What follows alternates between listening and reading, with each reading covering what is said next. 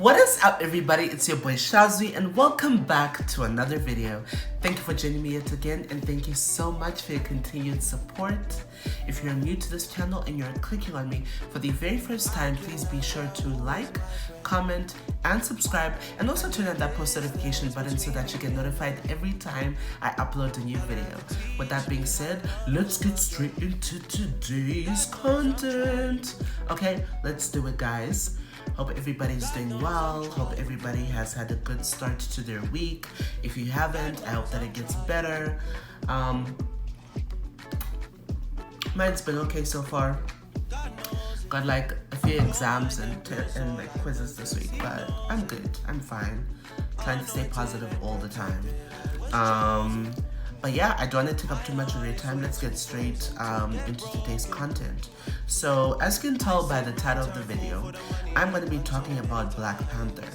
And I'm going to be doing a film review of that. And basically, I didn't want to basically regurgitate what the film is about. If you're watching this, it's very likely that you've already watched the film, so I'm not gonna waste my time telling you things that you already know. I just wanted to talk about what I liked about the film, like specific topics about it, and talk a little bit about the context of it and what I liked about it, and give you like a rating of what I think the film is. Although I'll also put the rating in the description below, so you already see how I feel about this film. Now, this was an amazing film, no doubt, and funny enough, I didn't really know Black Panther that well prior to the film. The first time I even heard of Black Panther or saw him was when, so for a long time, growing up, and even still, technically now, Storm from X-Men was my favorite superhero. I love Storm, and she's definitely still one of my all-time favorite heroes. And so one day I was just googling images of Storm, and I happened to come across a picture, which I'll display, of Storm and Black Panther, who I didn't know was Black Panther. I just saw this picture of Storm holding hands with the Black Panther in his typical costume, in his cat sort of black costume. And so I was like, who is this character? Why is she holding hands with him? Is that her boyfriend? Whatever. And then after a little research, I found out she was married to this character called Black Panther. And I was like, oh, okay, that's cool. But at the time, I didn't develop any interest to research the character and find out where he's from. I didn't even bother to learn the fact that he was actually an African superhero, not just a typical black superhero, but it was actually from Africa, from an African nation, which I thought, was really cool, but I don't know why I just never developed the interest at the time. So anyway, years later, after Black Panther was debuted in Captain America Civil War, which is where the rest of the world first, saw him in the movie, I was like, wow, he's really cool. I enjoyed this. It's really cool to have an African superhero, with a distinct accent that is, very African. His accent it's sort of a mixture of West African, but it's a mixed sort of thing. It's a mixed bag, which is what this film was. This film was basically a tribute to the entire African continent because it really took from so many cultures from all around. And that was the beautiful thing about it, is that all black people, especially all Africans, could really relate to this film, and they could see, oh my goodness, yeah, we have something like that, or we have something like this, or I get why you did that. It was just a really cool thing. This movie did so well. It is the highest grossing solo superhero movie. It even beat Iron Man, in terms of how much it grossed. It did so well. And so many people went to watch this movie, and so many people paid for other people to watch this movie. This movie was insane. The reception to it was incredible. How other races felt when they were watching Black Panther is how I felt when I watched Crazy Rich Asians, because it's I was so excited to see it. I was so happy to see that another group of people are getting the representation that they so deserve, that was much awaited. So it's awesome to see like, new representation on the screen. So just to give you a brief synopsis of who Black Panther is and like his history. So Black Panther was actually created by Stan Lee and Jack Kirby in July of 1966. And actually, the Black Panther Party was only founded later that year in October 1966. So actually, for those people who think like Stan Lee was inspired by the Black Panther Party, he actually wasn't. He actually came up with the name on his own. And apparently, Stan Lee said the name was inspired by a pulp adventure hero who has a Black Panther as a helper. So I'm guessing Stan Lee thought that it would be cool to have a character, called Black Panther, I guess. You know what I mean? So yeah, how very creative of Stan Lee to put that together. And thank you to Jack Kirby for doing the drawings and illustrating it and giving us a visual representation of that. Also, the concept art that Jack Kirby used to draw Black Panther and all the other characters apparently came from another character he did or something that he would have done called Cold Tiger. Maybe that was the name they thought of before. I don't know, but yeah, I'm happy they stuck with Stan Lee chose Black Panther. But the timing of Black Panther when it came out was really important because this is not only the first African superhero, but Black Panther is the first mainstream black superhero to make it into American comics. Before that, there were a few black superheroes, but they didn't really have like powers, or they weren't really influential at all. In fact, there was actually a section of comics for black people called All Negro Comics or something like that, All Negro Comics. And most people didn't really know about it. They weren't popular. They didn't sell all. It was one of those things where those type of comics which help black people were intentionally just put off as if it was nothing. So yeah, it was really sad. But fortunately, Black Panther was really, that first year was able to cross over. Now, a Black Panther film was actually gonna be done with Wesley Snipes. He actually wanted to play Black Panther and he was interested in doing the role in 1992, but it didn't really work out. But it's ironic though, because Wesley Snipes played Blade. So that was really cool. That was like the first like black, Marvel film. And I love Blade. I love all the Blade films. I watch them. So, and I'm happy that they're making a new one with Mahershala Ali. So that's gonna be really cool. So also Stan Lee said that the inspiration that he got for coming up with Black Panther, he was inspired by a few people like Mansa Musa, the richest person in history, was worth like hundreds of billions of dollars, maybe over 400 billion or something. He was inspired by him in terms of like the wealth of Wakanda and the wealth of, just T'Challa on his own. He was inspired by this man named Marcus Garvey, who was a Jamaican activist. And he was also inspired by the biblical character Ham, because he's like the ancestor of black people. That's where it started, and like Canaan and all that stuff. So it's interesting to see the influences that he had. And I thank you, Stan Lee, for, coming up with the story of Black Panther and writing that story and giving us representation. It's ironic that you came up with that story first before like a black person would have come up with that story, and I really thank you. Also, Stan Lee was an activist too, so I'm not too surprised that you would try to create as many sort of stories that would have representation or different races as possible. So the first thing that I wanted to talk about the film was the feminism in this film. So, as you know, in the Black Panther film, the King T'Challa, who is played by Chadwick Boseman, incredible actor, and this film had a star-studded cast, as you know, many great people: Chadwick, Danai, Lupita, Michael B. Jordan, so many amazing people, Daniel Kaluuya, all that stuff, Winston Duke, and the girl Letitia Wright, Angela Bassett, anyway, the list goes on. Anyway, so I wanted to first talk about the feminism in this film. So, in this film, we have the Dora Milaje, which actually means the adored ones. And the Dora Milaje are a group of female warriors who protect the king. And I thought that was a really very cool concept for the film, that instead of having male warriors and male bodyguards who protect the king, it's female warriors that they chose. And how the female warriors are displayed in this film is that what I liked about, the feminism in this film is that the Dora Milaje, these female warriors, you can tell that they protect the king because they are genuinely devoted to protecting the king and to protecting the people of Wakanda.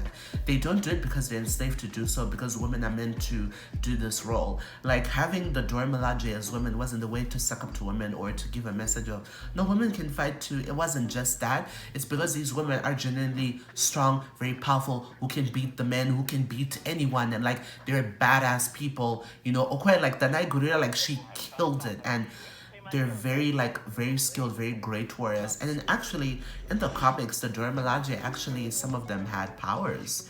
They had, actually, Nakia, who is played by Lupita Nyong'o, she actually had, like, super strength and agility. She was actually, like, the strongest of the Dora Milaje.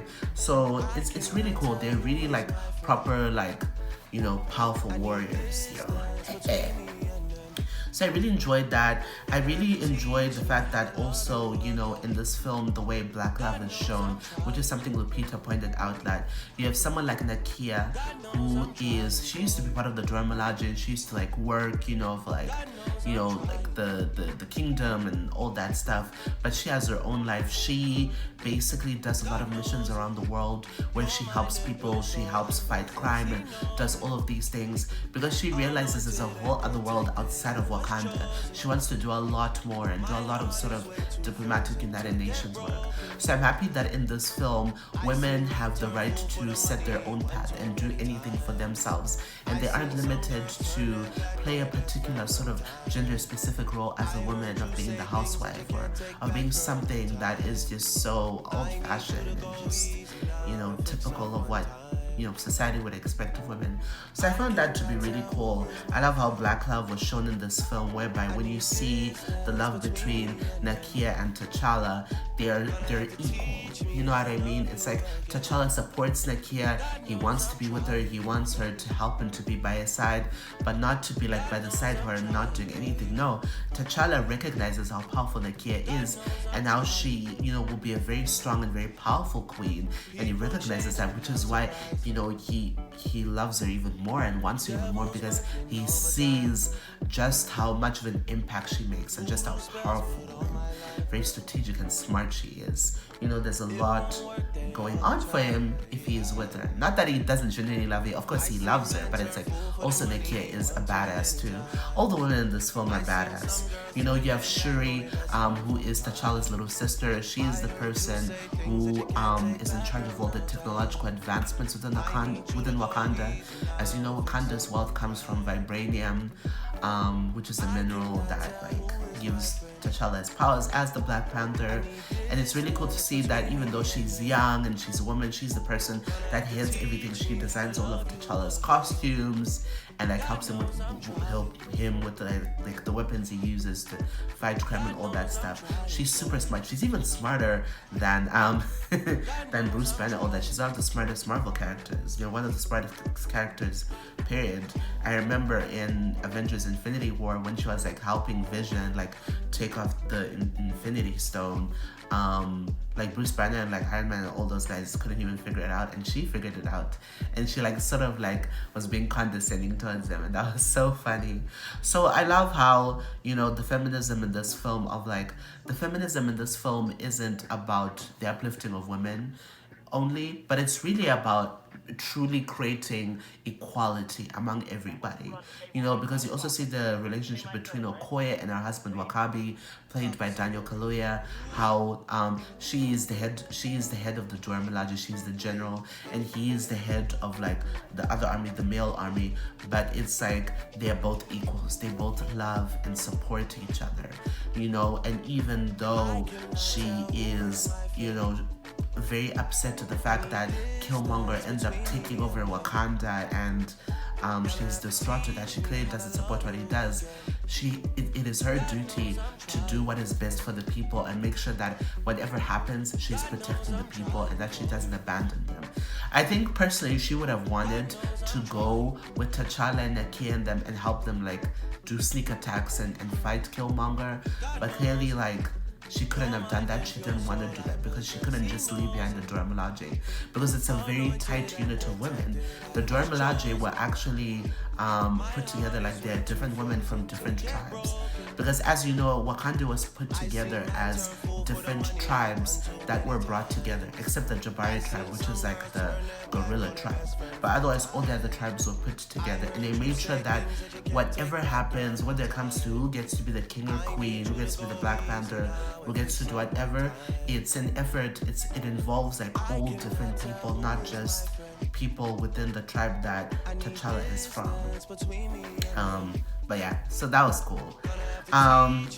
So moving on from feminism and black love, the next aspect that I really enjoyed about this film was the costume design and set design, which was actually what led to them winning the Oscars. So this film was actually nominated for 7 Oscars, y'all, like, including Best Picture.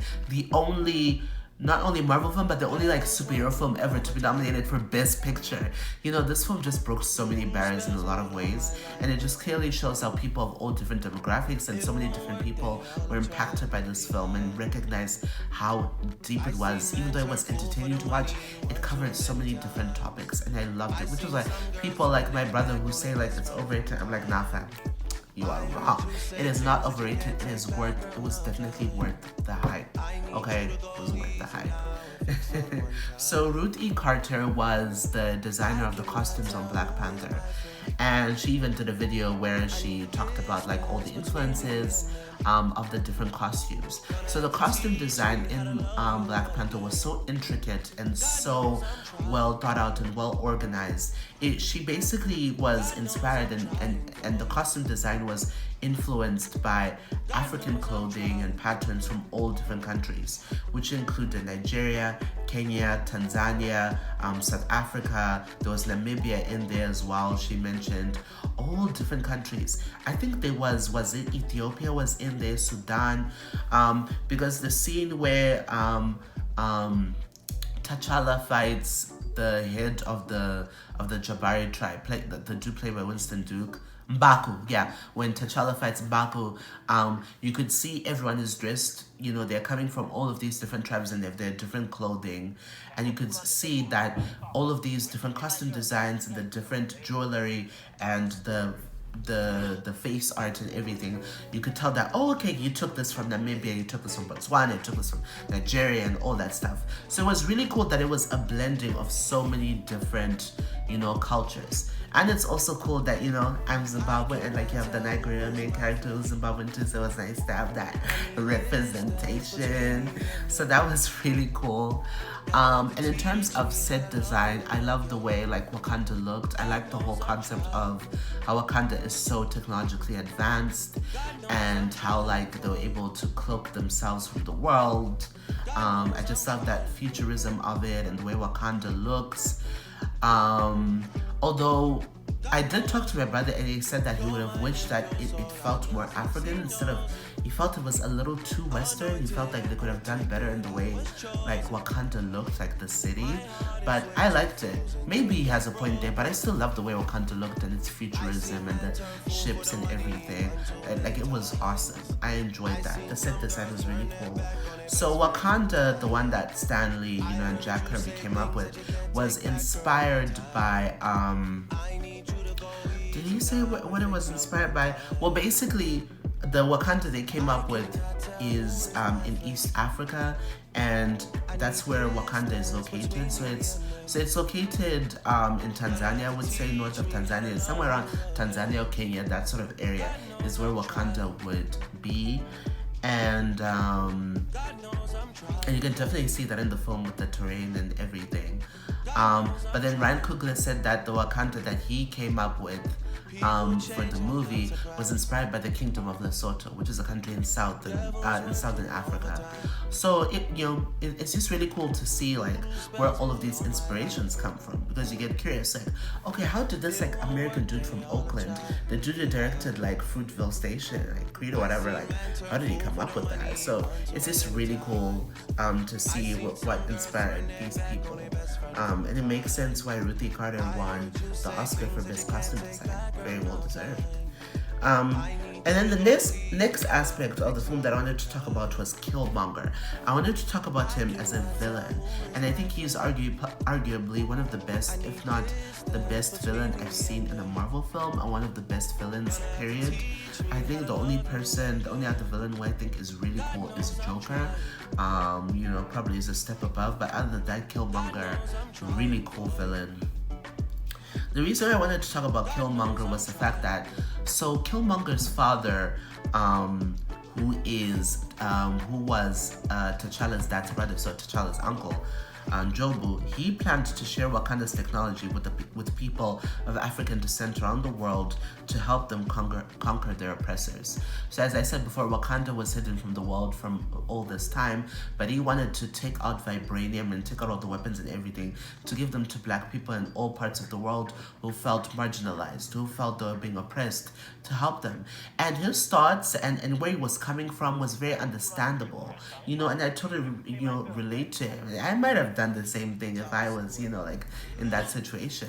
He had a very good heart, and I could see where he definitely was coming from, but I think the struggle between Jobu and T'Chaka, who is T'Challa's father, was kind of like the difference between Martin Luther King and Malcolm X, whereby one is more extreme, more radical, and one is like, he understands and he thinks the same thing, but he wants to do it in a way that like accommodates people, like where it's not too violent, all that stuff. Because I honestly don't know what Jobu really wanted to do, what they wanted to attack all white people, all that, or I don't know, but it was insane. So what I liked about Killmonger was the fact that he had the same motives as his dad, but he was definitely like way like out there than his dad. Like he went from 0 to 100 quick, like picking up that lady by the neck and burning all of like the power of the Black Panther and all that stuff. He wanted to be the only one. He was crazy. He was a bad guy, but at the same time, I could see where I was coming from and understanding his past. He is someone who did not know his identity for a long time. He was raised in America, and now he comes back to Wakanda. He takes the throne and he wants to rule his own way. And he knows that his father was, killed by his uncle and all that stuff. So I kind of get where he was coming from, and I really like the quote that he said in the film, which is really famous, where he says, "Bury me in the ocean with my ancestors that jumped from the ships because they knew death was better than bondage." Now that was deep. I really like that. I don't know whether Killmonger was thrown in the ocean. I highly doubt he was. I think he was buried in Wakanda. I highly doubt that T'Challa would let Killmonger just be thrown away somewhere now. And I don't think it was bondage. It was that you were a crazy dude doing evil things and you had to be defeated. There was really no bondage there. This is your home. You're Wakandan. You know what I mean? But whatever. Crazy guy. But I knew where he was coming from. And what made Killmonger be so impactful, why I also really like Killmonger, was the fact that other than his swag, and his hairstyle and all that stuff. But what I liked about him was the fact that he inspired T'Challa to carry out what he sort of wanted to do. Not in its entirety, but some of it.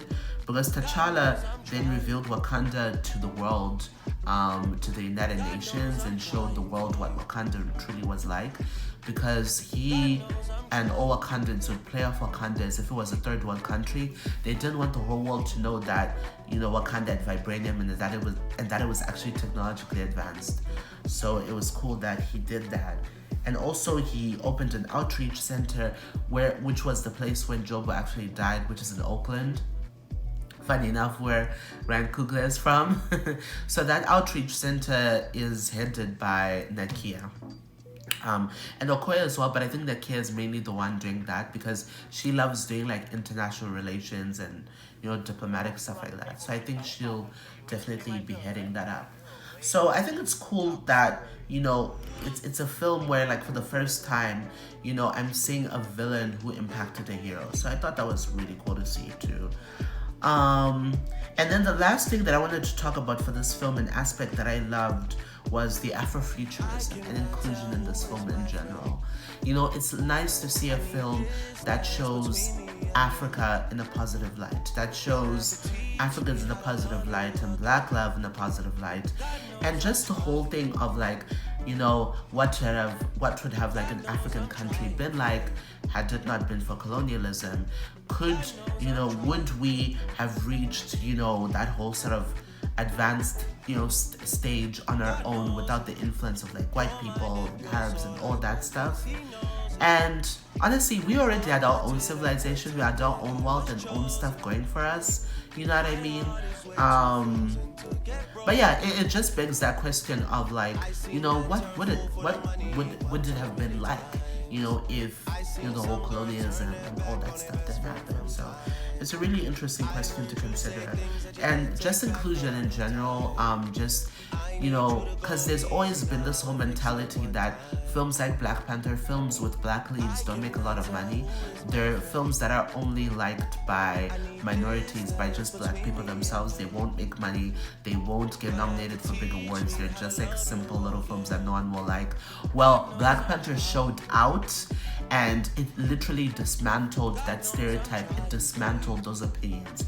It broke barriers. It was huge. You know, it's kind of like when Thriller came out with MJ. You know what I mean? Like how it just, you know, went beyond everyone's expectations. So I'm really happy with Black Panther's success. I'm happy that it has inspired a lot of people, you know, especially children who are, you know, black children who see characters like Nakia and T'Challa and Okoye and all that stuff, you know, can relate to someone and see someone that looks like them on screen.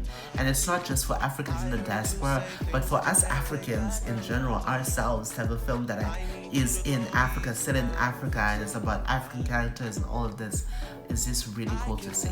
And I love that, you know, and for it to be like a big Marvel film that everyone around the world is watching, I just love that stuff.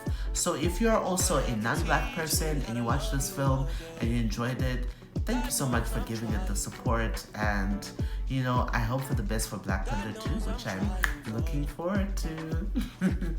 It's gonna be great. Thank you so much everybody for watching this video. I hope you enjoyed this review, and please stay tuned for the very next videos that are to come. I hope to post more videos this week. If I don't, definitely at least by Friday. But anyway, alright guys, I'll see you later. Bye. Shazwiyt gang, I'm out.